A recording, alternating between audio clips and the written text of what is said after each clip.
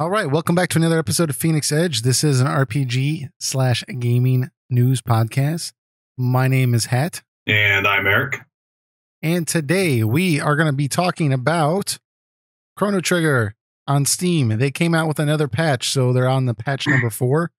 And we're going to cover some of the changes there and what we think about it so far. Then Terra Battle 2.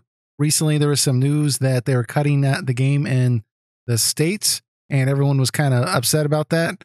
But the game is now being shut down in Japan as well in September. So we're going to be talking about that and what that might mean. Also, I forgot to mention at the beginning of this podcast, we might as well also be a Final Fantasy 7 Remake podcast because we talk about it so much, but we really are looking forward to this game. So the article came out recently. Kitase, the producer of the game, who originally directed the game, it's come out that he's had a little bit more of a hands-on role with this game than he has with other games he's produced in the past. He's actually designing parts of the game himself. Or I don't want to say himself like he's the only one working on it, but he's a lot more involved with it than he has been in the past. So that's kind of exciting. And then also a recent Dragon Quest XI interview with the director and some other individuals working on the game. That was done at RPG's site. I believe they're the ones that conducted the interview. But anyways, there's some interesting stuff in there. So we're going to kind of go over that. And then we also have some comments from last week's episode. So other than that, before we get on to our topics, Eric, what have you been playing?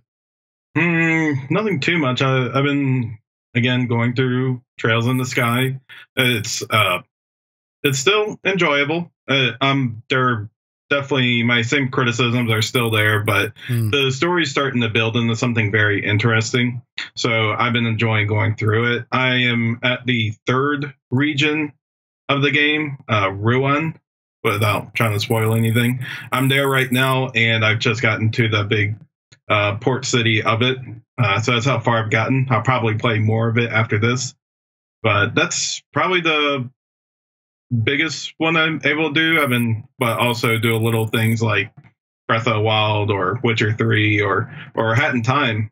Actually, that's a really good game also. But that's mostly what I've been playing. Cool. So kind of just a grab bag of some various games. Yeah, pretty much. My mind's so scattered right now till Octopath Traveler comes out.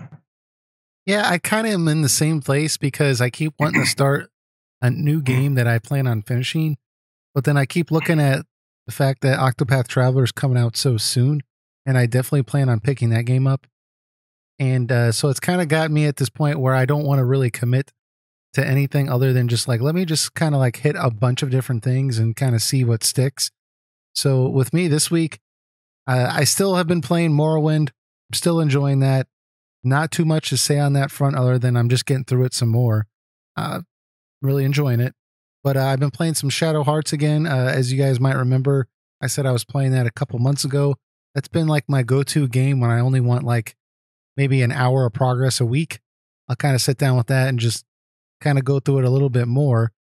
But I have done some experimentation this week with Final Fantasy VII for Steam with various mods. And I'm having a lot of fun. I didn't think I would have this much fun, but the first things first, the whole reason I wanted to do the mods on this game was because there's this mod out there. It's called Reunion.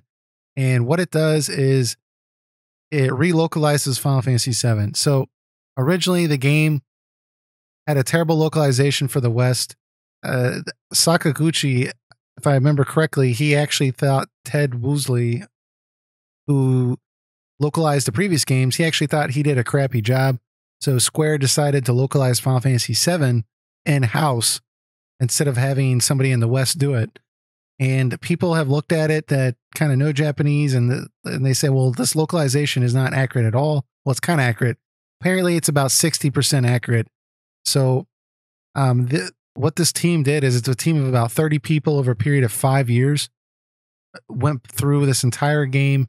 They had to vote on every single piece of dialogue, and they relocalized the game. And they go out of their way to point out that this isn't a direct translation.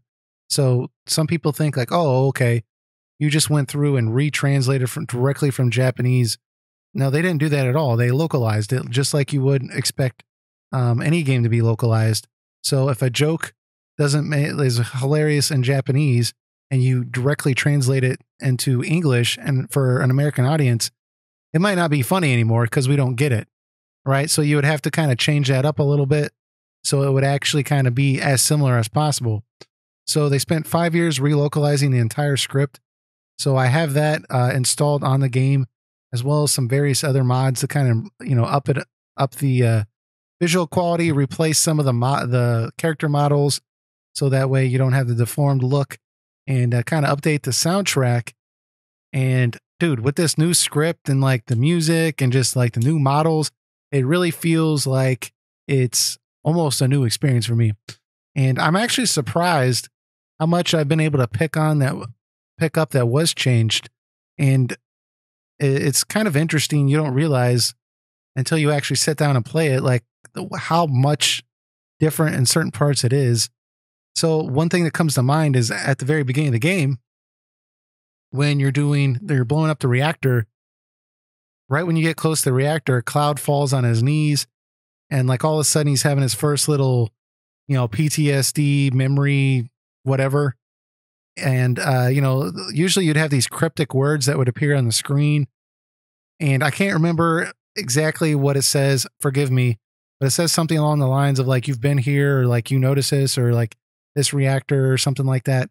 And, the words are asking a question, and then it stops and it says ... is it? And it's Barrett. And it looks like Barrett is asking or answering the question, which Cloud heard in his head. And Cloud goes, what? Like, obviously, did you hear that? And then Barrett says, no. I said, what is it? And like, I was just like, wow. Like I always like, that was just always some like weird scene to me when I played it on the PlayStation. And I thought it was just supposed to be vague on purpose, but it was like they took a filter on that scene and just wiped it away. And it was like, oh, wow, this is actually what's going on here. Now, it's still the main story is still the exact same, but it's very interesting to see the kind of changes that were made to kind of make the game a little bit more accurate. So I've been having a lot of fun with that. It's been really cool. I'm actually surprised, how well spoken some of the characters are. We don't have this guy are sick anymore. It's really good grammar. So I really enjoy it. Yeah, that's pretty cool. And that's the thing. Like, people kind of don't distinguish between what localization is and what or just straight out translating is. Like, when people ask, like, why can't we just get a direct translation of it? It's like, because you would not understand a lot of it still if it got directly translated. So yeah. When you localize it, you have to make sure it makes sense for the audience you're trying to convey this certain aspect to. So if you direct translate it, you're just going to, I guess the appropriate term is lost in translation. Yeah. Well, and that's very, very interesting to me, because you can tell when a game's been properly localized, because I've been told that Final Fantasy 12, for example, is very different from the Japanese version. And that's just downright down to the excellent localization it got. I know we're going to talk about it later, but Dragon Quest 11 they're going hardcore to localization. And they're even pointing out like points where like certain characters were called Samus in the Japanese version, but they're changing it to Eric with a K. And people were saying, well, why did you change the name for the Western release? They said, well, we want this character to seem Scandinavian. And in Japan, SAMUS seems very Scandinavian, but in, the United States, that doesn't seem Scandinavian at all. So we changed it to a name that would sound Scandinavian and American or English. So it's really interesting to me. Couldn't they like pick any other name? Come on. Almost every Dragon Quest had traditionally named it after me since I was a kid. And like, well, now you ruined it. Well, this one's with a K, so you could put the C, but I don't know. It's still going to be awkward. So no, Dragon Quest 11 will be one where I name them something different now. Yeah. Well, there's always a time to start new things, but anyways, if you all want to check out that mod, You can get right now. There's actually a really good sale for Final Fantasy VII on Steam. There's a lot of good sales on Steam right now. A lot of the Final Fantasies are on sale right now. Till July 5th. I think July 5th is actually ending, so I would do it on July 4th or before that. But I think you can get it for like $5 right now. And then the Reunion mod, you can get that for free. Put it in. It does some menu updates as well. That's because when they relocalized it, they had to kind of adjust the text boxes so that they could fit all the words on the screen because, you know, sometimes it wouldn't quite fit right. So, but anyways, it's really good. So I highly recommend it. So, but talking about updates, our first topic, Chrono Trigger on Steam. They've come out with patch number 4, and I'm actually surprised that they've come out with this many patches for this game. I thought like maybe they would do 1 or 2, 3 tops, and they came out with a 4th patch, and in the notes they mentioned there will be a 5th patch later this month. So that's pretty cool, I think, that they're supporting this game this long. But it looks like this 4th patch was primarily changes to the user interface and the menu, and that's a big deal because previously it was pretty ugly, for lack of a better word. It was just not very good looking. So it's very, very cool that they've made all these changes. It looks closer to the DS version now, if anything. Yeah, I mean, I'm really impressed that they're still altering it and they're still updating it. They've done some bug fixes as well. They're even going as detailed as, you know, kind of adjusting the title screen, the menu screen. So they said one thing that they feel like they promised would be in this patch, but they're going to do in patch number 5, is they're not going to give people the ability to rebind the buttons on their controller. And that's mainly because it was a little bit more time investment than they originally thought out, because some of the mini games in Chrono Trigger require player-based input. And so they have to adjust some of the game rules, they said, to make sure that people can choose their own buttons and these mini games would not be confusing or not work correctly. So they're just wanted some more time to do that. And I totally understand that. I think it's pretty cool the fact that they even adjusted the user interface last time to allow for controller support. So they finally got rid of those ugly touchscreen controls. So, if they fix when you name a character, do you still have to type it in with a keyboard and through a Windows program? I was looking at that, and I'm pulled up the YouTube video here because I found that right here. I'm watching this on Nova Crystallis. He actually bought it, so check out his YouTube page.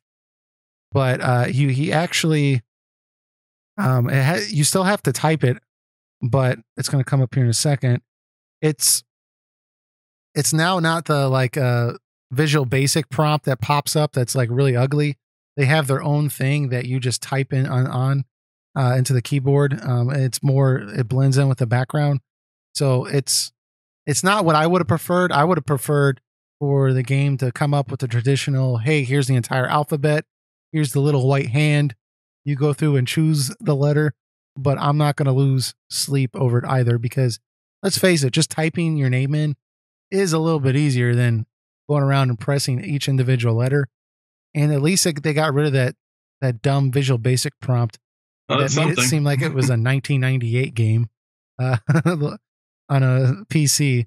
But so when I first saw that, I was just absolutely baffled. I was like, this is something I'm capable of creating. And if it's something I'm capable of making, then you really need to go back and check yourself on that. Yeah, you could, dude, if you have Microsoft Excel, right, you can do a Visual Basic add-on. It's completely easy to do. It takes 10 seconds. And you can have that same command prompt come up in Microsoft Excel, which is comes for $10 a month on every computer for Microsoft products. But it's just, yeah, I saw that and I was like, this immediately looks cheap. Yeah, and the thing people need to remember this is technically a port of the mobile version of the game. When you input names on the mobile version, it brings up I play it on the Apple iPad, so it brings up the Apple keyboard to type it in. And it's actually pretty similar how it wants you to do that. So likely what they did was, instead of just adding a whole new thing for PC, they just translated like that over just to the PC and how you type in on that. I mean, it's still very lazy, but I'm just explaining what exactly or why exactly it's like that, instead of just using what the Super Nintendo had. Yeah. So it was a very, very lazy port. And I kind of wonder if this game is actually going to benefit from that fact, right? Because if they had just come out with a game that was like after patch number 5, if they had just released that game on day number 1, they would have got like a week's worth of hype. Like, oh, Chrono Trigger's on Steam. We didn't even notice it was there. It was a surprise. And then after a week, nobody would have been talking about Chrono Trigger that much, other than every now and again, right? Whereas with this, you know, we're talking about it. We've done several podcasts about it. Everyone's doing videos about it. There's articles about it. People are talking about this and following it. And the fact that like they keep updating it, they're just giving people, like, it's keeping it on people's minds. And I almost wonder if by the end of this, if they would have actually sold more, or they do sell more than they would have if they had just released a good copy from the get-go. Oh, you're stepping in the controversial territory there. Like, it's kind of like, I don't want to give them praise for doing something I feel like they should have done on day 1. But at the same time, they didn't have to do all this. And I think it's awesome. So I right now, I'm giving Square Enix a good thumbs up. Even though it's something they should have done, they're correcting their mistake, right? You know, just like with Final Fantasy 14, although this is way smaller scale, but you know, they came out and they're like, okay, this was not good. Let's completely redo this. You know, they've Square, even though Square is completely out of touch with their fan base, they do try to make us happy. And you know, they just can't do it the first time. They certainly didn't respond when 5 and 6 came out. That is a good point, and you just kind of ripped the carpet out from under my entire point there. So, well, someone's got to be cynical around here. Might as well be me. Yeah. So let's all start a petition. Let's get Final Fantasy 5 and 6 fixed as well. And I think after that, like, I don't think there's not too much else they can really complain about. So other than like, let's fix Final Fantasy 15 for real. But we have plenty of podcasts talking about that. So Final Fantasy 15, A Realm Reborn. Yeah. So anyways, do you plan on buying this game once patch number 5 comes out on Steam, or it's only $15? That's not much. I have so many versions of the game. It's like, and PC isn't one of my platforms that I play on a lot. I actually have been playing on a little more recently with the Steam sale, but normally I don't play on PC that much. So I have other means to play Chrono Trigger, like on the DS or actually on my iPad. I did get the iPad version of it, and it works well enough.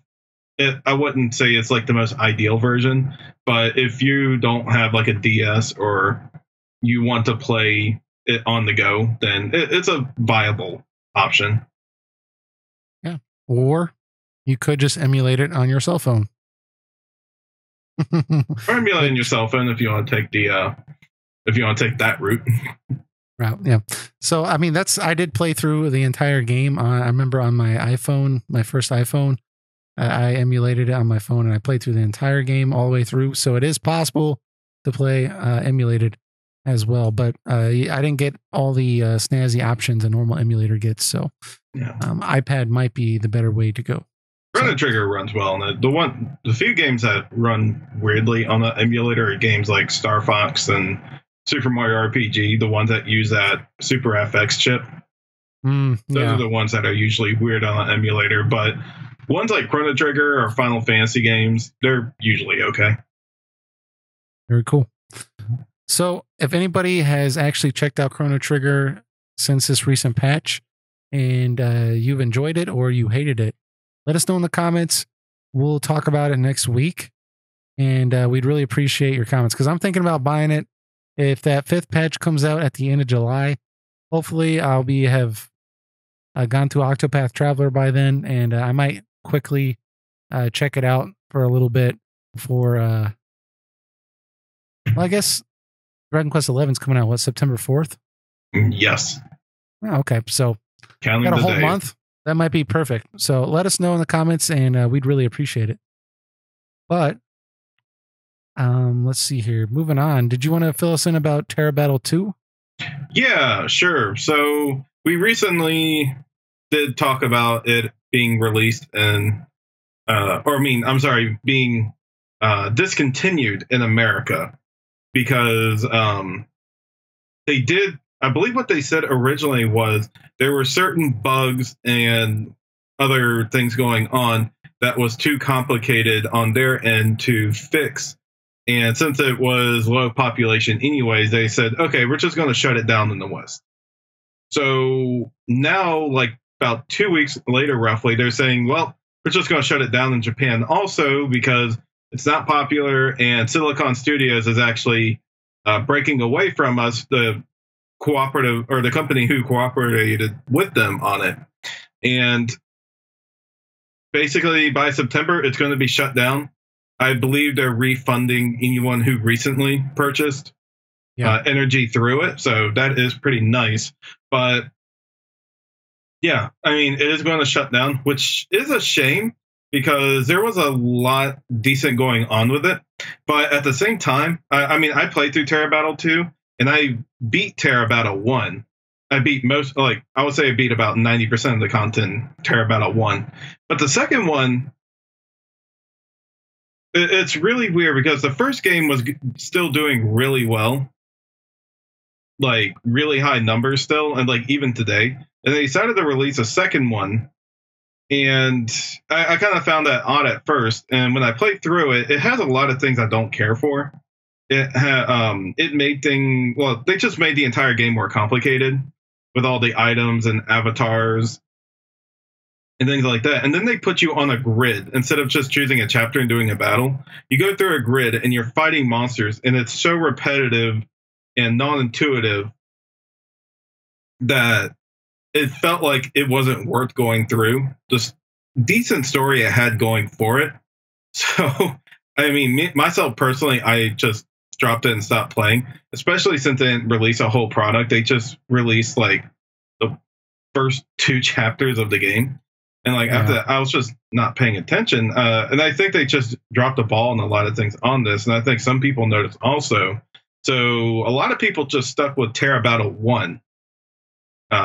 So I guess Miss Walker just kind of looked at it and said, like, well, people in both America and Japan are not playing it, and Silicon Studios are dropping out. So it's like, well, just might as well drop it. Which I hope it's not anything that demoralizes Miss Walker Group into making more games, because they really have fantastic potential. I really want to see them make a game on the Switch or just like multi-console or anything like that. Mm-hmm. They have so much potential to make a good game. They have a fantastic artist. They of course have Hironobu Sakaguchi himself. It looks like their team is starting to learn more and more about, what makes a good RPG. Because like the last story was pretty good. Lost Odyssey was pretty good. So if they're just improving upon those games, they could truly make a fantastic RPG. It's just the mindset, they're like, oh, we just want to stick to the mobile department right now, which honestly, that would be fine if you want to make like a good RPG for the mobile, but they don't even want to do that either. I mean, look, I tried to get into Terra Battle 1. I just don't like mobile games. I was excited for Terra Battle 2 because I thought this was going to be another chance for me to try getting into this series again, even though I know they're not really connected that much. And I had it on my phone and I played it for a couple of days, and the grid-based thing I just never really got into it. At one point I needed more memory on my phone, so I just deleted it. But it's not really my thing. And like you said, I think Sakaguchi in particular needs to come out with something that's more a more traditional RPG. That's what I want from Mistwalker. I don't want another freaking mobile game. I don't like mobile games. I think the majority of, at least in the West, right, people that would recognize Hironobu Sakaguchi's name on a piece of paper, or even Mistwalker, right, the people that would recognize the company, that audience is probably not big mobile game players. Now, I'm sure there's a few that enjoy mobile games that also enjoy those games. But regardless, like, I don't think his audience is in that market. So it seems kind of strange that they keep trying to put all their chips in that basket, you know, and especially given the fact that we've had so many people that were involved in legendary series. We had the creator of the Diablo series. He's now making his own indie game. We have the Castlevania guy. He's making his own game. I mean, it's just, it's pretty, I don't want to say standard, but it wouldn't be unusual if they went more of a, like, I know it wouldn't be quite an indie game because it would be Mistwalker, but it just seems weird to me that, like, he's not making pixel based RPGs. You know, I just don't, like, why are you making these cell phone games? It doesn't make sense to me. I realize there can be recurring revenue because people have to buy things, but it just seems strange to me that he wouldn't do that. At least release something on Steam, something with a story, you know. And I am disappointed that Terra Battle 2 is closing, because I did mean to get into it, because I've heard from a few people that the story was actually decent, and that was kind of lacking in the first game, was a like heavy plot. But it sucks. But I guess, what are you gonna do if it's not making money? You got to close it. So I would like to see. Hopefully, Mistwalker does something substantial in the future. You know. Yeah, well, I got a few things. Well, one, I personally thought Terra Battle 1 is, I don't know how far this goes with people, but I thought it was personally my favorite free-to-play mobile game ever. I thought it had a great story to follow, and the tactic grid system just got more and more difficult in a good way. Yeah. And it really made you think a lot for certain things. But I think Mistwalker's best bet to really get in there, this is really a have your cake and eat it also scenario, is they really should collaborate with Nintendo and make like Switch only games. Because here's the benefit of it: they could make really anything they want on the Switch. They don't need to make some high graphic game. They could really make a pixel like game like Octopath Traveler, and they could make lower budget handheld like games on it. They don't have to spend that much money. They just need a good enough creative team and just write a good story. And then they could just make like a traditional like Final Fantasy RPG. Who's really saying to them, it's like, no, you need to come up with something completely new and original, something like people have never done before. It's like, no, you could really just keep making like traditional games. Like, of course, you know, like put something in there that makes your game distinct, but it doesn't have to be like wholly original. It just needs to be something that's just executed really well, and you can just enough to show people that Mistwalker has still got it. Yeah, and well, what was the original? I can't remember verbatim what the quote was. That was one of Sakaguchi's first quotes when he started the Final Fantasy franchise. But he said something along the lines of, "I don't feel comfortable or confident making a game. I feel I'm much better at telling a story." And then they went on and made the Final Fantasy franchise. I mean, I feel like that's what they got to get back, or at least that's what he needs to get back to. That's what he enjoys doing. Anytime I used to watch his Ask the Gooch podcast that he was doing every now and again, and he'd always talk about like story ideas and ideas he wanted to do in future games, and he was never ever talking about like game design. I mean, very rarely. And I'm not saying those things aren't important, but like it's hard to, I feel like it's just very difficult to convey a meaningful story in a grid-based mobile free-to-play game that wants me to buy more stuff. You know, it needs to be like you said, a Switch would be perfect. Maybe even put something on, like, it doesn't even have to be the first game have to be that big, just something that's on the eShop. I mean, I would buy that easily, you know? Yeah, and what they also could do, because here's the thing with Terra Battle 1, they had a download, like Kickstarter type thing, like the more downloads there are of the game, and like certain things that they'll Yeah, promise that well, they'll I do. feel like we're supposed to There. get a console version of Terra Battle according to that download starter. Because I looked on their Yeah, website. that's what actually what I was leading to is Okay. their one of the promises on there was to make Terra Battle World or Terra World or something like that.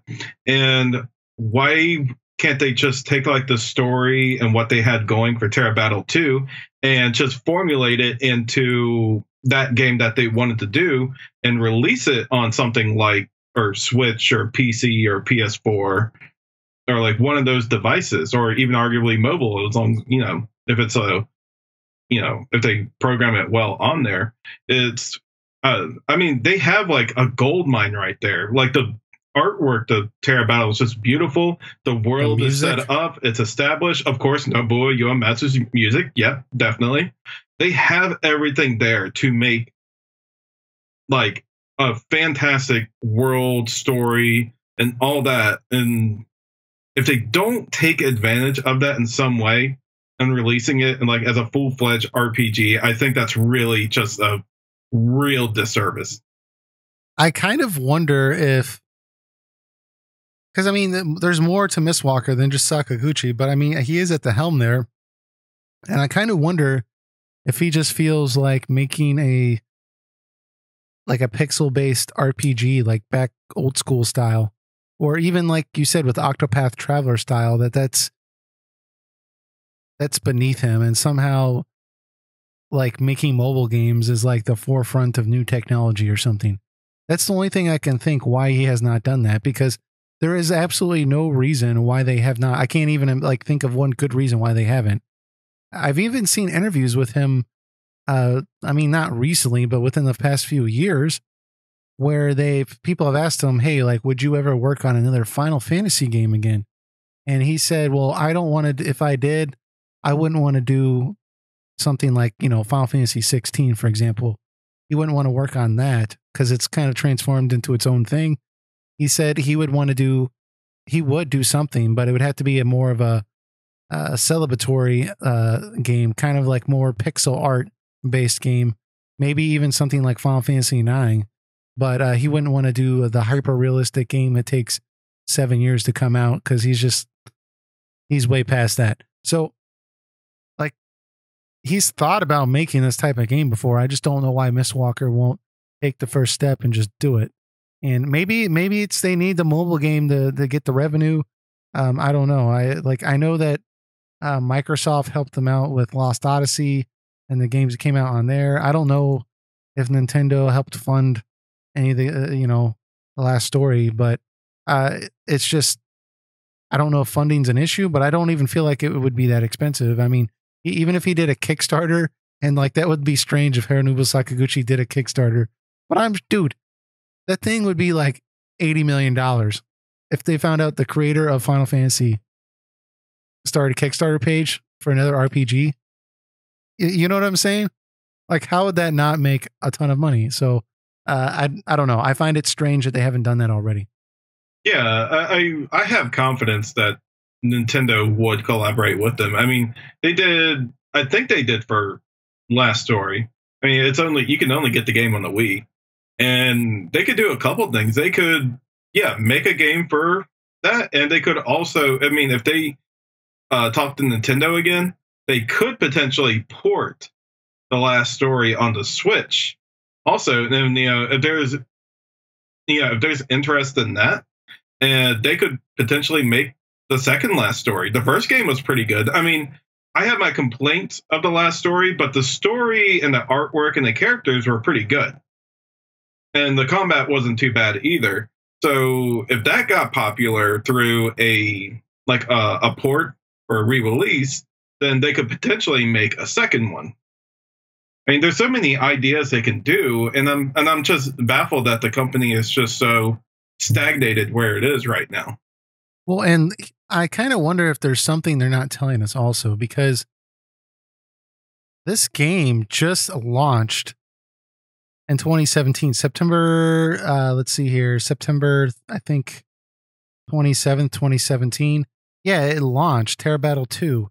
So the idea that less than a year later, the game is going to be closed in the United States, and just a day later after it launched, a year later, it's going to close in Japan. I just wonder if there's some other project they're using their resources on, and they just looked at it and said, "Hey, you know what? Let's just cut our losses here. I mean, we could probably keep updating this, keep writing quality story segments, and maybe a year or two from now, this thing will start making us some money. But we have this other thing we're working on that we really can't talk about, and we just want to use the resources we're putting into keeping this thing going, putting that that labor and that time and that money into this other project." I don't know. I mean, there's nothing, they haven't talked about that, but I just wonder, because that seems very odd for them to spend all this money marketing the game. They have all these trailers for the game, and less than a year later, they're just closing shop. It just seems very, very strange to me. Well, I think that's where the Silicon Studios comes in.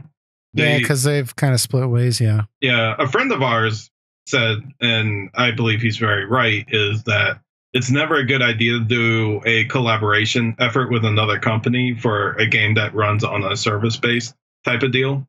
Yeah. Because they could pull out anytime, I guess, depending on the contractual deal. But well, I would assume that, just like you said, there is some kind of contract that if you pull out early, there's a stiff penalty. So maybe Mistwalker is getting a lot of money from this. I don't know. Maybe. I don't know. Or maybe, yeah, I don't know. Or maybe within the contract it said Silicon Studios can pull out and this game makes below this many sales, and it didn't do well. I don't know. So that's a good point as well. So yeah, I mean, I guess there's just a lot of drama behind the scenes we didn't see. I mean, I stopped playing the game like after the first month it came out, so maybe other people had the similar mindset as me. I can't say for sure though. I've talked to people that stuck with it, and they said the story is really, really good. But I didn't like the fact that like you don't get all the story at once. You get it like one thing at a time.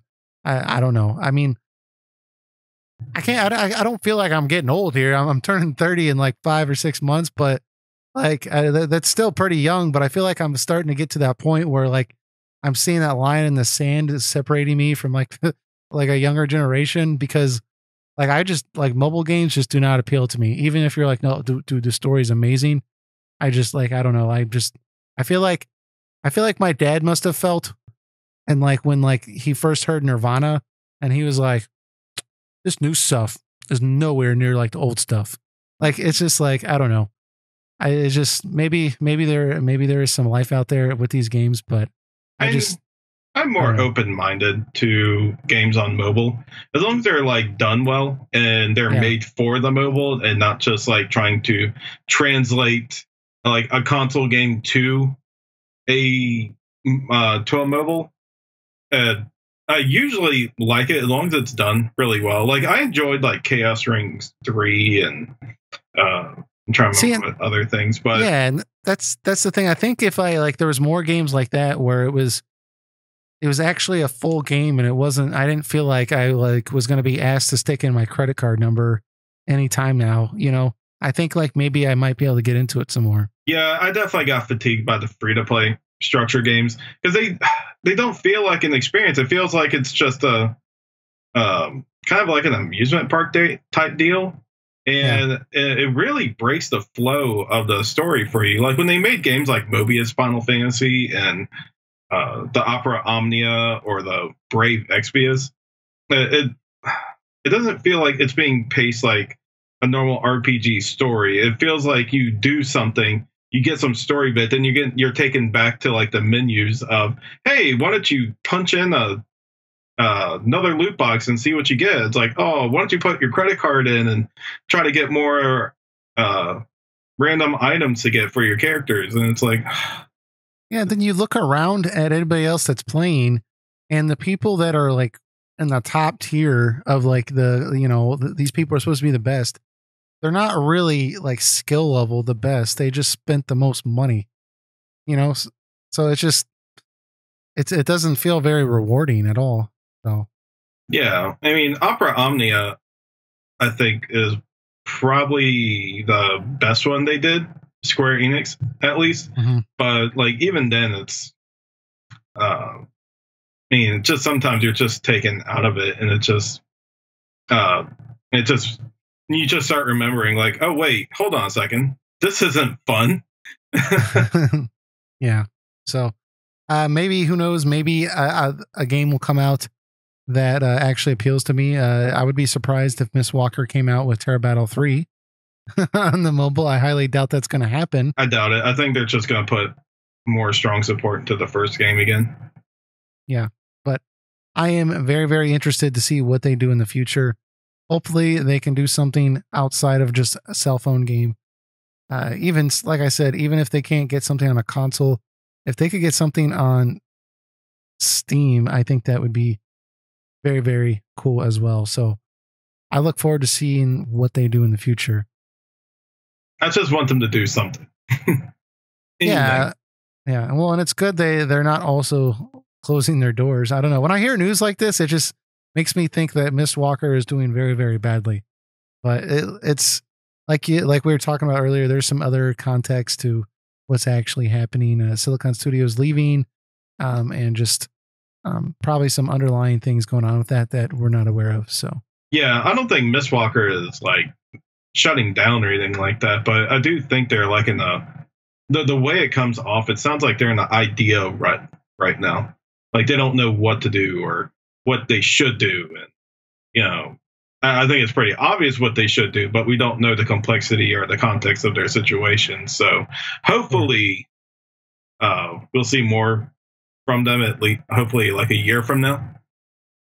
Well, yeah, and I recently, maybe last year, on Ask the Gooch, Sakaguchi's YouTube podcast deal, one of his fans asked him, will you ever do a console RPG like Lost Odyssey again? And he was like, oh, Lost Odyssey, okay. Like he usually does, like, and then he was just like, thought about it for a second, and he was like, the problem with these games is they take a very long time and they cost a lot of money. Like most video games, yes. And then if they don't sell well, that's very bad, or something along that lines. Like he kind of gave it like with Miss Walker, if they spent that much money on a game and like it like flopped, like they might not recover from that. Yeah. So that might be part of the issue. Yeah, which again, just make a low budget RPG on like Nintendo Switch. That's it. Yeah, man. But once you've created Final Fantasy, like, just making a low budget game doesn't really do it for you anymore. You know, you're like, I would rather just go like fishing this weekend or something than spend time working on that. Like I could see in his mind why, like, if he thought like mobile was like this new like wild west, like this was like interesting to him, some new frontier. But I don't know. That's the only thing I can think of reason he has not gone back and done something he used to do 20 or 30 years ago. So well, I mean, he made a new company. I mean, you can't just go in guns blazing. You know, like every company that starts out, you need to start small and start working yourself to become bigger. That's even what like Koji Igarashi's company with Bloodstain's doing right now, is that it's, I mean, they're starting small. It's like an indie level Castlevania game. I mean, it looks really good. It plays great. And, you know, they start small like that. And like even to Playtonic's credit, they made just like Yooka-Laylee. It wasn't like this big budget game or anything. It was like a Nintendo 64 like game. So they're starting small, and once they get popularized, then they can work on starting to become bigger. You know, Miss Walker, they just started with like big titles like Blue Dragon and Lost Odyssey. Like, well, and I know Microsoft was supporting them. Yeah. So I guess the way I look at it is I just looked up Sakaguchi's net worth. He's worth $30 million. The guy's like 60 years old now. He might just be like, look, like I'm just gonna kind of like sit here and try to drag this thing out for as long as I can. But I don't know. I don't know how creative he's feeling anymore. He might feel like, what if I make something and it's not very good? He's in a pretty good place right now. People feel like once he left Square, Final Fantasy sank. And they kind of worship him. What if he comes out and makes a bad game? Maybe that's what he's thinking. I don't know. I mean, series evolve over time, and for Final Fantasy in particular, I don't think people should keep asking to make what they did in the past, because it's good to make the ethics and values of the past, but you have to realize that this is a new generation with new people with new mindsets, and they can't completely capture what an old team did. So what you can do is just hope they make something new that meets the level and quality standards of a Final Fantasy, not make exactly what you played back then. Yeah, I totally agree. I mean, he shouldn't try to recreate the past if he's not passionate about it. So he should do whatever he's passionate about. And in that way, it should be pretty good. So like I said, I'm anxious to see what they do in the future. And hopefully we'll hear some news soon, because I don't want to just keep hearing about Terra Battle. I want an actual console game. Sakaguchi. Come on, Miss Walker. We're rooting for you. Yeah. We know you got it. Exactly. But anyways, speaking of a once Sakaguchi project, Final Fantasy 7, the remake, more news has come out about this. Not really news, but I thought it was pretty interesting. So Kitase recently at an event, specifically at one of a brass concert event. I don't know why I highlighted that. I'm looking at the article right now. Final Fantasy VII Brass Concert, which if you all checked out the video I made with the Final Fantasy VII tracks, a lot of that footage that I used in that was from this brass concert. So Kitase has been showing up at these concerts with Nobuo. So that's kind of one of the reasons why I thought like, oh, maybe these tracks were designed while Nobuo was working on the game. Maybe there's some kind of glimpse of what this might be or what he's thinking about doing. But anyways, so Kitase has been showing up at these concerts and answering questions. And he apparently said at one of them that he is actually working on floors 69 and 70 of the Shinra building. In the game, he's in charge of designing and planning the floors for floors 69 and 70 of the Shinra building, because he has fondness for the content in question. And I think this is a big deal because in the past, Kitase as a producer, which he's currently producing this game, he's been fairly hands off. He didn't, as far as I know, Final Fantasy 13, he produced that game. And actually, I think the whole trilogy he produced, and he did not like go in on the floor. He wasn't there like designing levels. He wasn't there helping with story sequences. He was just kind of like overseeing things from afar, right? So I'm not a big fan of Kitase as a producer, but when he's a director, generally it's pretty good. So we have plenty of examples like that. He directed Final Fantasy 6, 7, 8, 10. I mean, he produced and directed 10 along with Sakaguchi, but I have not liked him as just a sole producer of games. I just didn't feel like, I don't know, I just don't like his work with that. So the fact that he's actually hands-on working on parts of the game is very exciting for me, honestly. You have any thoughts? I think it'll be interesting to see how Kitase works without being on Sakaguchi's leash, to be sure. Yeah, it's probably going to find out that like the entire floor 69 and 70 doesn't actually exist. It was just a dream sequence or something crazy. That's very interesting. Do you remember what floor 69 and 70 is? Is that like See, and this is what I was wondering. Is this the floor 70 where you have to go unlock everything and you have to put the different parts of Midgar into the table, and I don't know, you see all those like conference room scenes and everything? Because that was actually fairly elaborate, and that might be I could see them doing a lot of cool things with that in the remake. I'm trying to see what floor 69 is in FF7. Let's see.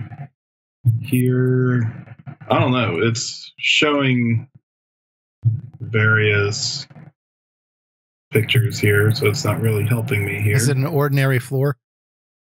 I think definitely floor 70 was that top floor with the conference room where Shinra's talking and they're talking about dropping the plate and everything. Or let me see, floor 70. Well, Rufus fight. It's not letting me. I should have looked this up beforehand. That would have been good. Yeah. Okay, so floor 70 is where you have to crawl through the vents, and you can go through different parts of the floor, like in the bathroom. You can get up into the ventilator and different things. Oh, that's where they have the meeting. Yeah. Well, like President Shinra, Scarlet, Heidegger, and Hojo having a meeting in there. Okay, so I'm looking on YouTube right now, floor 70, a kind of a let's play. And the first time you visit that's when you have to kind of crawl through stuff, but that's also the same floor that you find Genova on.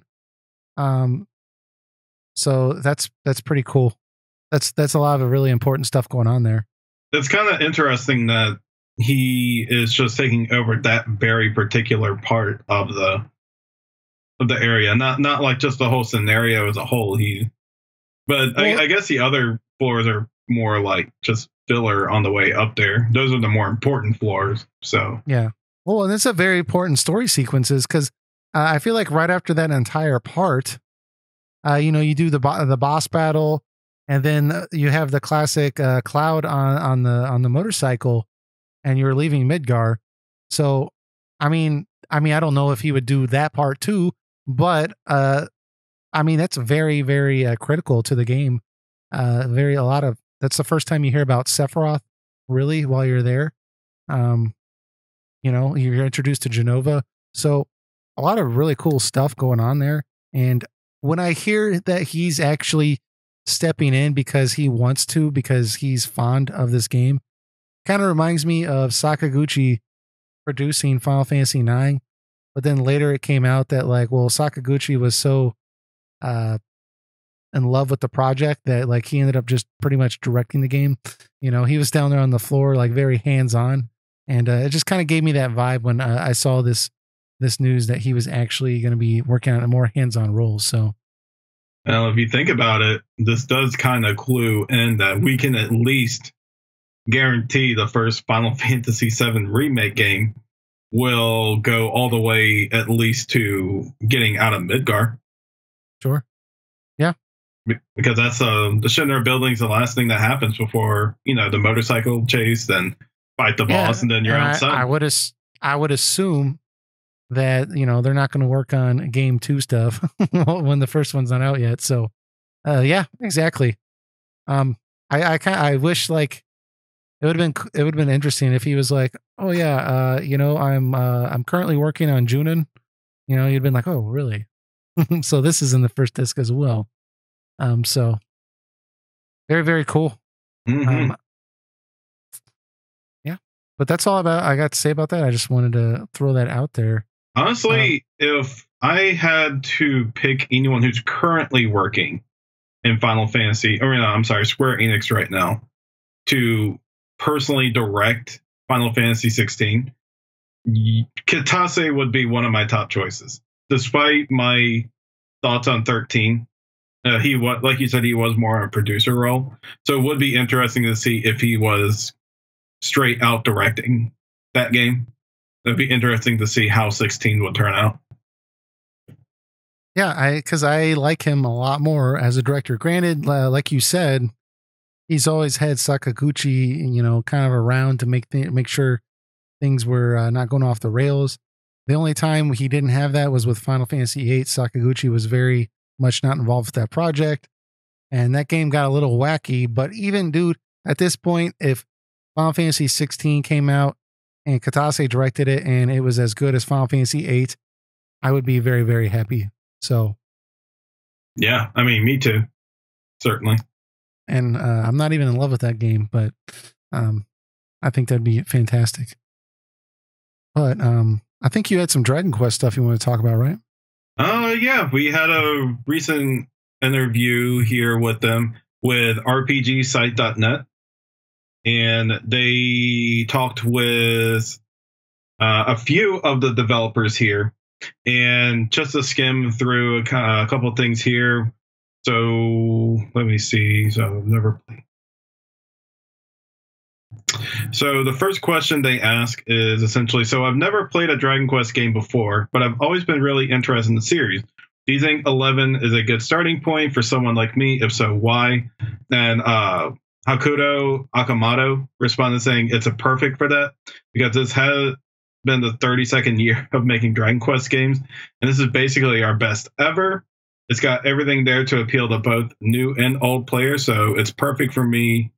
It's perfect for either, and I believe it's the sort of title that you were to play it now, it would make you want to go back and play earlier games in the series, which I can agree with. I think even Dragon Quest VIII accomplished that also for the time.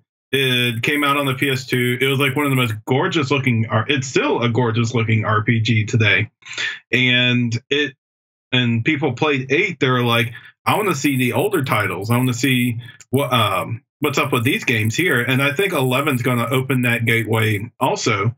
And especially with them with the stronger localization for the West. Like they're doing, like we talked about it before, they're doing a lot of things to help appeal it more to Western players without tampering with the essential Dragon Quest elements to it.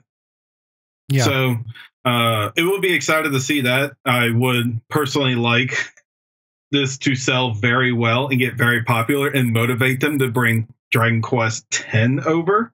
This would be very nice. I don't think that would be very well. I don't think bringing over another online RPG would be very good for your time schedule, because I don't think you just have a brain aneurysm between Final Fantasy 14 and Dragon Quest X and just life. I might become a Dragon Quest boy after that. They talk more about the voice acting. We've kind of already talked about that before with it's just more appealing to the West when they use voice acting, and it's more traditional in Japan. Like they've never had voice acting in the Japanese version, so they try to keep up with tradition on there, but they're willing to be more out of tradition for the sake of a stronger Western release. What I really liked about the response there, in addition to that, is they talked about how Yuji Horii, the creator of Dragon Quest, he's the lead writer. And when they don't have voice acting to contend with in the Japanese release, he's able to make a lot of story changes. They said all the way up to the very last minute, trying to polish it and make it as good as possible. And I think that's what they used to do. If you look back at what a lot of the old school or PlayStation era Final Fantasy games and that golden era, right? They would always, they talked about, we'd be in like the break room and just talking about the plot, and they'd be changing and tweaking the plot till the very last minute. And they kind of point that out here, that he's kind of doing the same type of deal because they don't have voice acting. But once you add voice acting into it, you get to a point where you say, okay, well, somebody's already recorded the voice. You can't really go back and like change the story unless it's like you're really adamant about it. So I think it's really cool that they spent all that time developing it for the Japanese release, and he really did all the time he needed to polish the story up. And then now, they can record voice acting for us because they're localizing it, and we like voice acting. So it should be a really, really good story, I think. It's going to be a big game.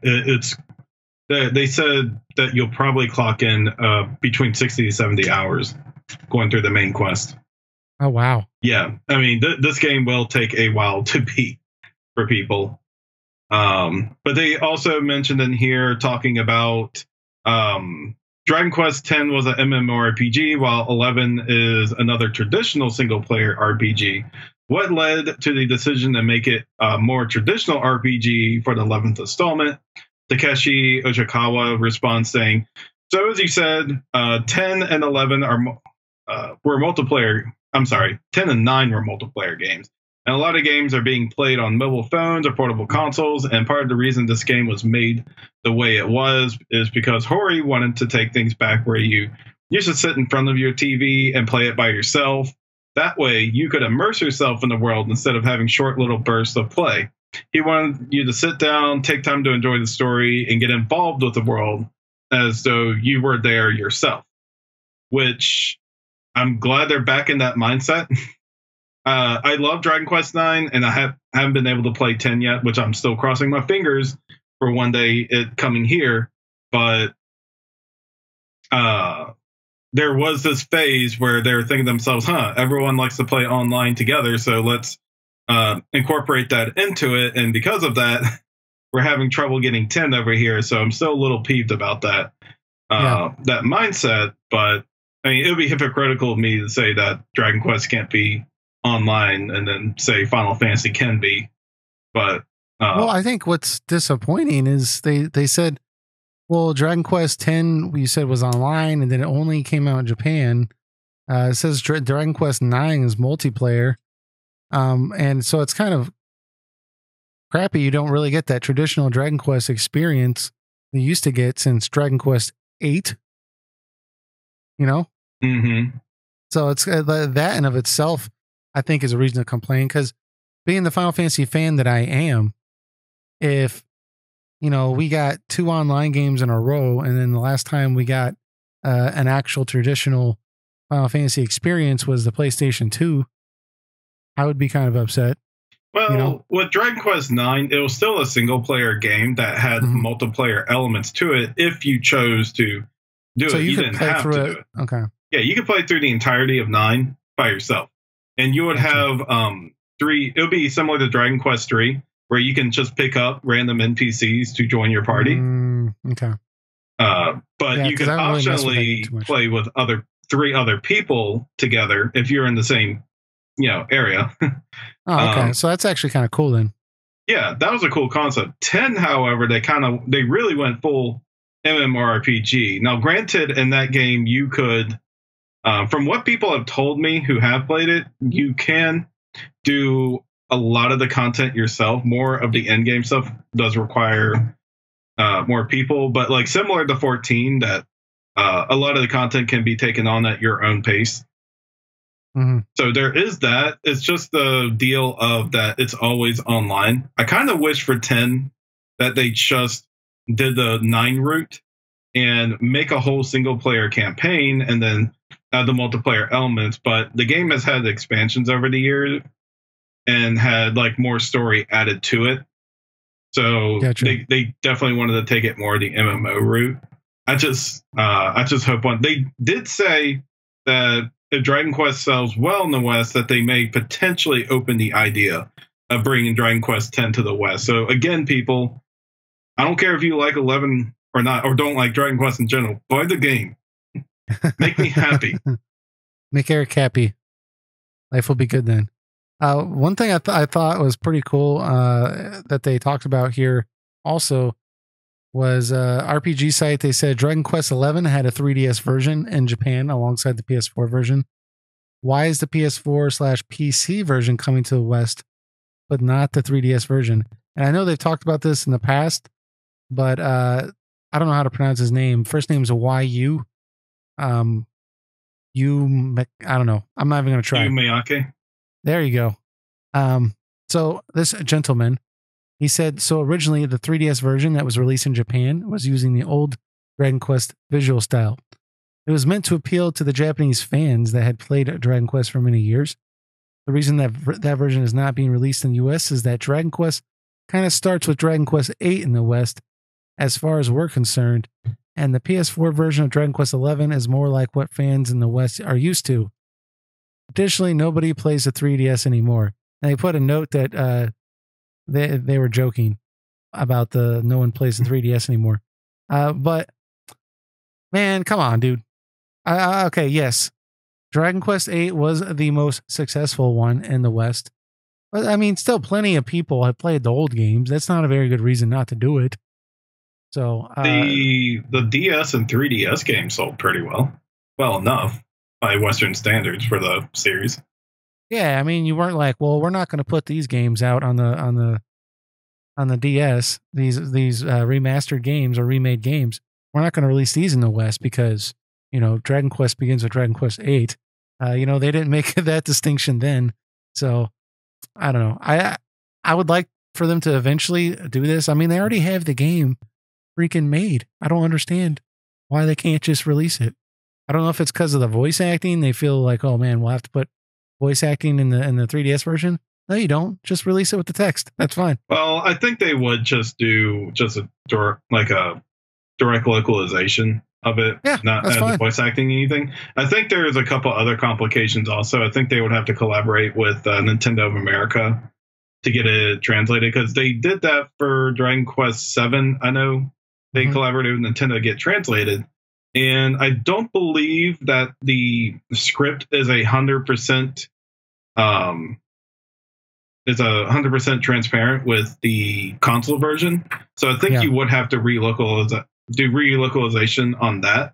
So it would kind of be double the effort, and they're thinking to themselves, will the 3DS version be worth it with it being at the end of its cycle right now and the Switch as popular as it is? Well, that would be something we would have to see. But it could potentially do very well. But I think in their mindset, they're like, let's just stick to the version that we know will guarantee sell. I think that Square or Enix in general, and then Square Enix, has made terrible decisions with marketing Dragon Quest and the West for 32 years, and they should just take a gamble and stop just trying to cut their losses and just freaking do it. I just like, it's not going to put the company under. I know a lot of people that were like, oh wow, that's really cool. I might get into Dragon Quest now because that's a really cool idea. I wish game companies would do more of that. And like, I think it's possible they might get new fans, not just their, hardcore cult following with that version. I mean, I don't know, man. If they were doing that, I would be buying 2 versions of Dragon Quest 11. I would be buying the PS4 release, and I would be buying the 3DS version. Oh, I guarantee you, I would have bought both versions also. I mean, I'm personally disappointed, but if I'm trying to think of it from the business perspective, I do kind of get where they come from it. Sure. I'm sure it wasn't like anything malicious. I think they just honestly believed that there would be complications getting that version over here. Yeah. Well, I don't think it was malicious at all. I just think, I'm just being superstitious here. I think they need to do the exact opposite of whatever they've been doing. So, they did mention on here also what led the decision to port the game to PC in the West. And they're basically saying that the PC console, just the PC market is very strong in America. It's not so much in Japan, but it definitely is here. So they thought the best, they thought it was not too expensive to port over to the PC. And they think they can get a lot of sales on that also. So they said, sure, why not throw it on the PC also? So we have the game coming for PS4 and PC. So that's definitely good for people who want to get started and they're not console savvy people. Yeah, and they did point out that it's not coming to PC in Japan. So take that, Japan. I don't think Japan cares. I don't think they care at all. People in Japan are generally more outside than in their home. Sure. So handheld versions are usually more popular. Yeah. I see someone did ask also about, because Final Fantasy 15, the computer version of that, PC version, has a lot of mod tools created. So you could, kind of edit the game and kind of create your own experience. And they were kind of beating around the bush a little bit, but they pretty much said we're not doing that. So we're not, it doesn't appear there will be official mod support for Dragon Quest 11, which is fine. Yeah, I don't think anyone was expecting that, honestly. Yeah, that's kind of a weird question. It's like, hey, this other game that's not related to you, other than the fact that it's the same company, but yeah. So, and they're asking about the status of the Switch version. and they didn't really give anything other than we're making it. So yeah, they said it sounds like they're getting the complications of porting it to the Switch finally out of the way, and I think it's just going through its development process right now. So I think maybe sometime in 2019 we may see the game on Switch. And I'll probably play through it again when it does come out on the Switch. But the next thing on here they did mention about the localization type deal. Like we actually just talked about this earlier in the podcast, is like turning Camus's name to Eric to make it come off more Scandinavian.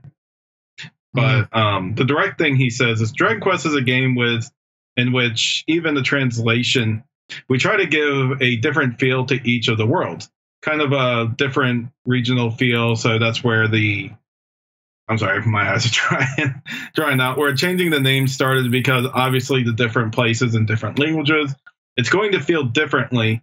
In order to keep that, we decided to change some of the names because there's so many different areas and regions within the game. Each one has been given a very strong regional feel to it. Specifically in the case of Camus to Eric, it's because we wanted him to seem Scandinavian. To Japanese people, the name Camus comes across the Scandinavian, but that's obviously not going to work for English speakers. So we decided on Eric. It wasn't just off the cuff. We wanted to seem like his name, what did I say here? Like his name matched the region he was from. Yeah, so it's really cool that they're actually going to that extent to do that. A lot of times these, Japanese games, they don't really do that with especially some of the main cast and such, or some of the bigger characters. The fact that like their name is so, Japanese or whatever, it kind of is part of the appeal, some people feel. So the fact that they're going through and they're trying to make this a unique experience to where, Western gamers can hopefully have the same experience a Japanese player would have is very, very cool, I think. So. Yeah. And then they also ask here, where do you envision the Dragon Quest series going from here? Yu Miyake says, the most important three things about Dragon Quest are the stories written by Yuji Horii, the music by Koichi Sugiyama, and the character designs by Akira Toriyama. Wherever it goes in the future, we're going to keep those three separate tenets. Then Hokuto also mentions, especially geared towards the Western markets a bit more this time.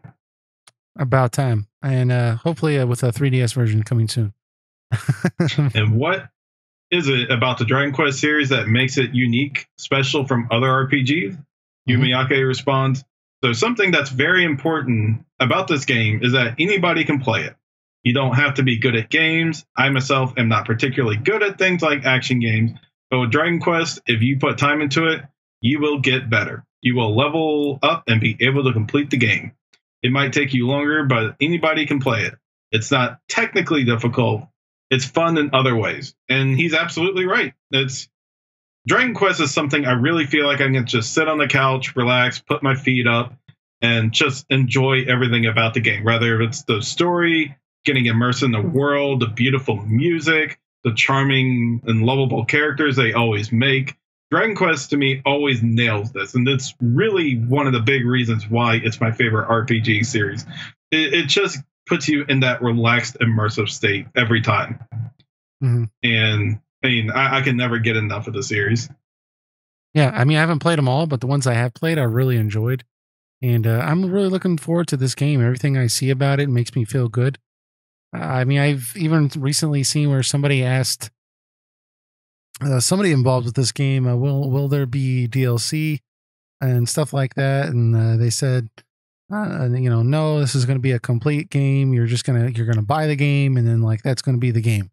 Like there's not going to be like story segments where the main character blacks out, and then you got to like pay $10 to find out what happened in that 3-hour span. There's not going to be anything crazy like that. It's all in the game. So, this is something that we haven't, it's kind of a rarity these days that you're actually getting a complete game. And like I said before, a game that was designed till the very last minute with the story polished like they used to. And so for that reason, I think it's just going to be a really, really good release. So yeah, I think the most the DLC will offer in that game is like small, minuscule stuff like costumes or something like that. Yeah, and well, and that's what they're getting at was the like story DLC. I mean, if you want to pay $2 to make the main character have pink hair or something, like I don't care. That's on you. But anyways, so we do have some comments that we'll get through real quick, and that should kind of wrap us up for this week. So let's get to that. Like Mike commented on my lighting. He really enjoyed my lighting. Why'd you comment on my lighting, Mike? Yeah, Mike. I guess you just don't like his. But anyways, so then we have Hanson Ono. He said he likes that Nomura seems to be pretty honest in the interview. Excuse me. So he said the Nomura seems to be pretty honest rather than just doing the regular PR talk and interviews. I feel like he wants to share news on the Final Fantasy VII Remake for quite some time now, but Square Enix just won't let him until KH3 releases. There's probably some honesty to that because, it's if he was talking about Final Fantasy VII Remake right now, that would be all over the place, and there wouldn't be as much hype for Kingdom Hearts 3. That's just the truth. And I know there's not a complete overlap with those audiences, but I'm pretty sure there's a pretty high degree that a lot of Kingdom Hearts 3 players will buy Final Fantasy VII Remake. So there's a lot of truth to that. So I definitely think that's an accurate statement. So I mean, we'll all buy whatever says Kingdom Hearts or Final Fantasy on it. Yeah, well, for the most part, unless it's on a mobile, then I probably won't buy it. But aside from that little tidbit, we got BioPhoenix here. Always good to hear from him. Got a great YouTube channel. You guys should check it out. He said, yeah, I really did not like Xillia 2 for the same reason. The debt system was just awful, and I never felt like the game needed a sequel. We're talking about Tales of Xillia 2. When it comes down to the Tales series in general, I like them a lot, but I still have yet to fully get into Berseria, and because of that, I want them to slow it down a bit. Because last week we were talking about how in September, I believe 16th, if I remember correctly, they're going to be releasing some more information regarding the next Tales game. So it looks like he's just like, yo, I haven't got through the last one you released. Let's kind of chill out a little bit. Let me get through that game. And I can kind of feel him there because there's a lot, dude. There's a lot of games. Was it 16 games in the Tales series? It does sound like they're taking their time with this one, though. Mm-hmm.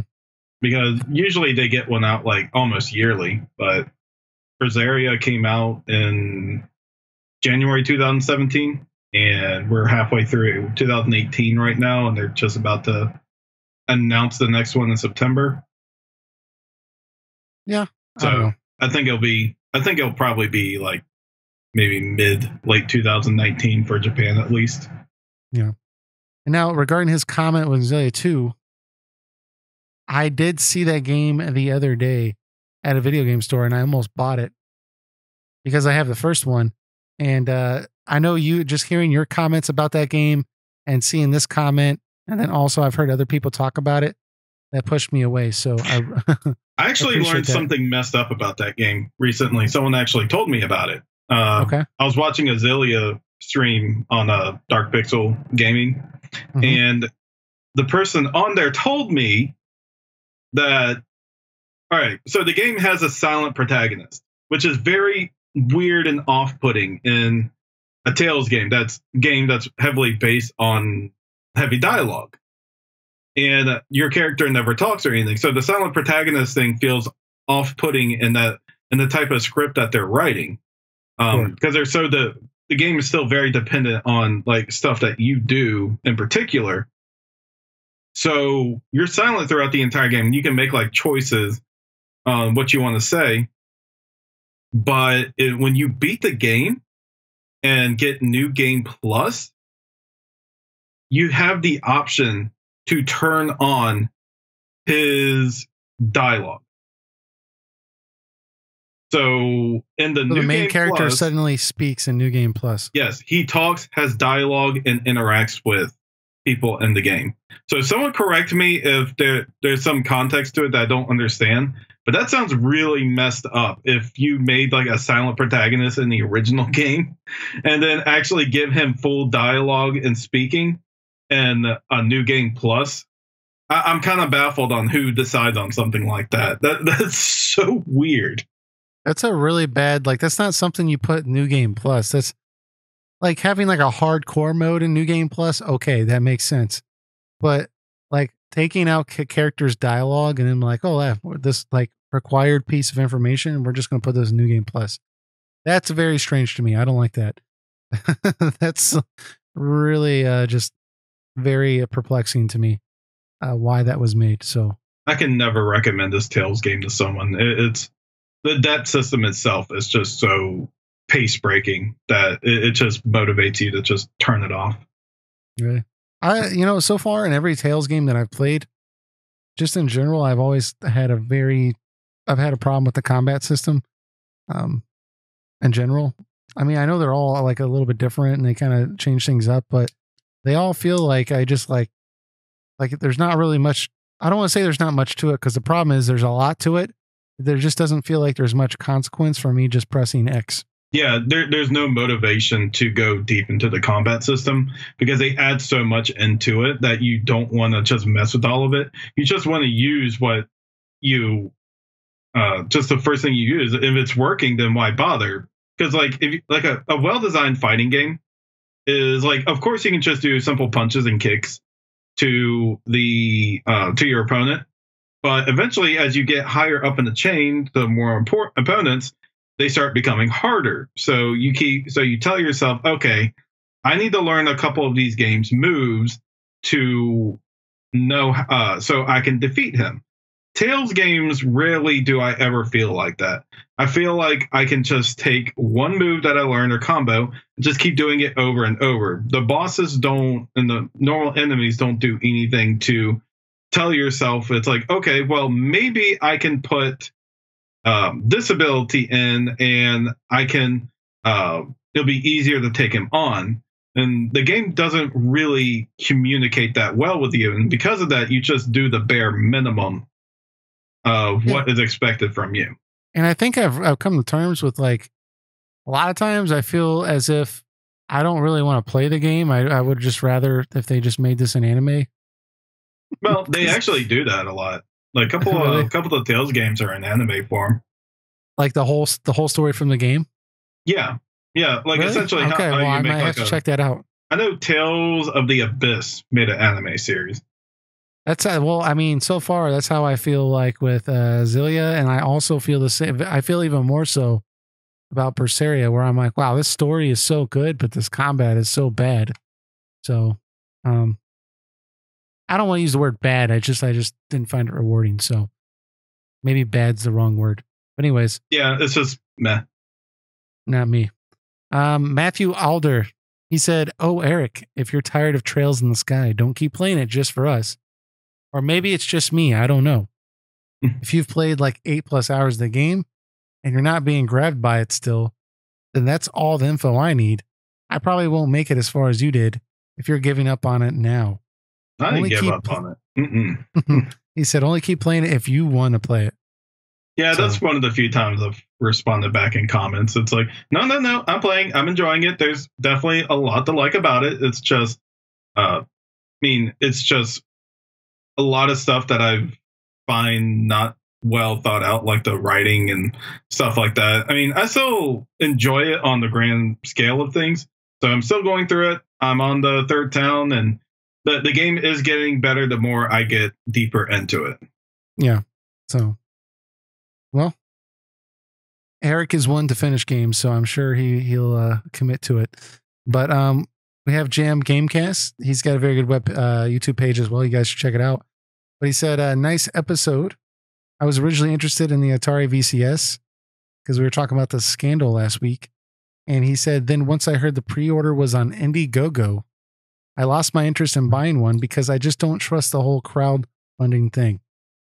Yeah, having your consoles launch on Indiegogo doesn't inspire much confidence for sure. But if something that I'm really interested in really piqued my interest was on Indiegogo, it wouldn't completely turn me away. But I can see what you're saying, where like you're kind of interested with the Atari VCS, possibly, looking at it, supporting it, but then you saw, well, Indiegogo, no, kind of tipped you over the edge. So I can totally understand that. Yeah, we'll just have to wait and see how that console develops. Yep. And then lastly, we have Disa. She said, actually, the digital development concerns me too. A little context here. Last week, we were talking a little bit about how, you buy a game from GameStop, for example, $60, but you get home and you can't buy the game anymore. You can't buy the full game. It's only 80% of the game. So even though collectors are collecting these games, let's say 15 years from now, you're going to plug that game into your, game system you bought at a pawn shop or something.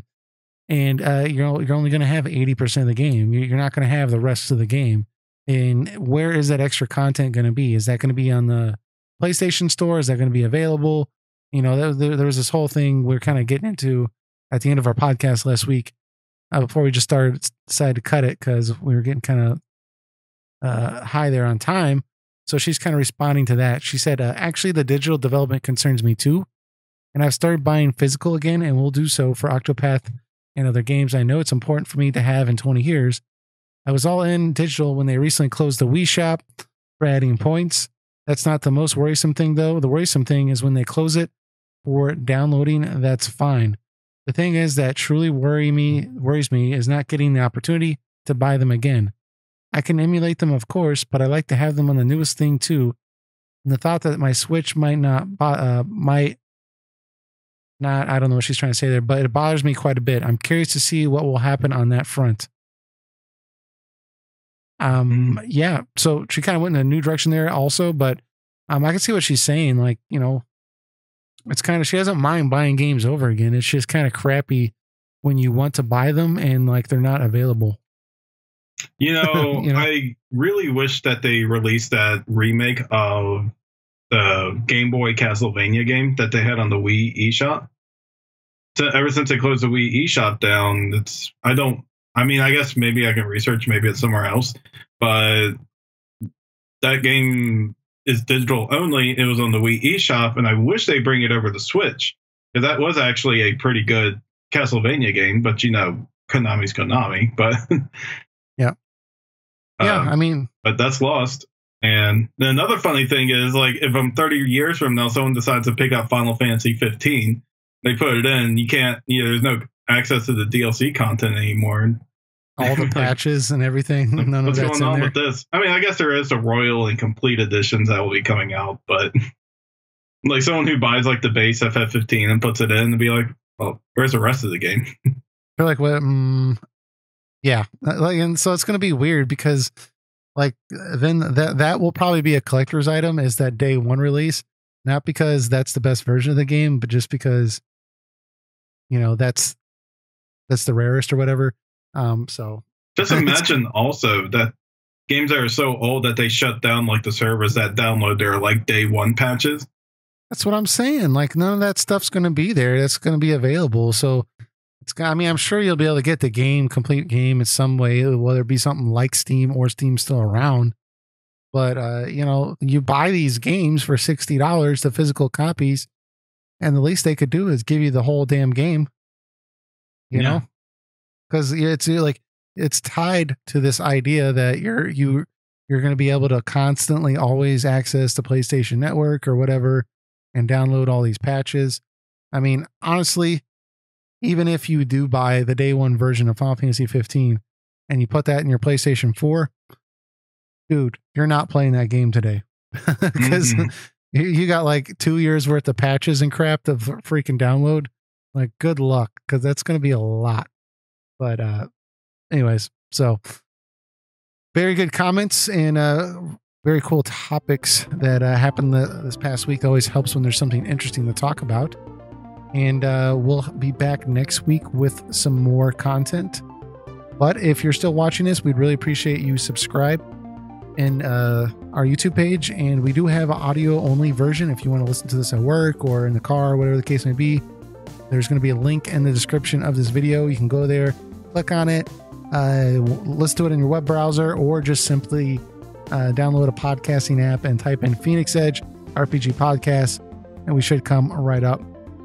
Appreciate y'all listening, and we'll catch you all next week. Thank you, guys. All right, take care.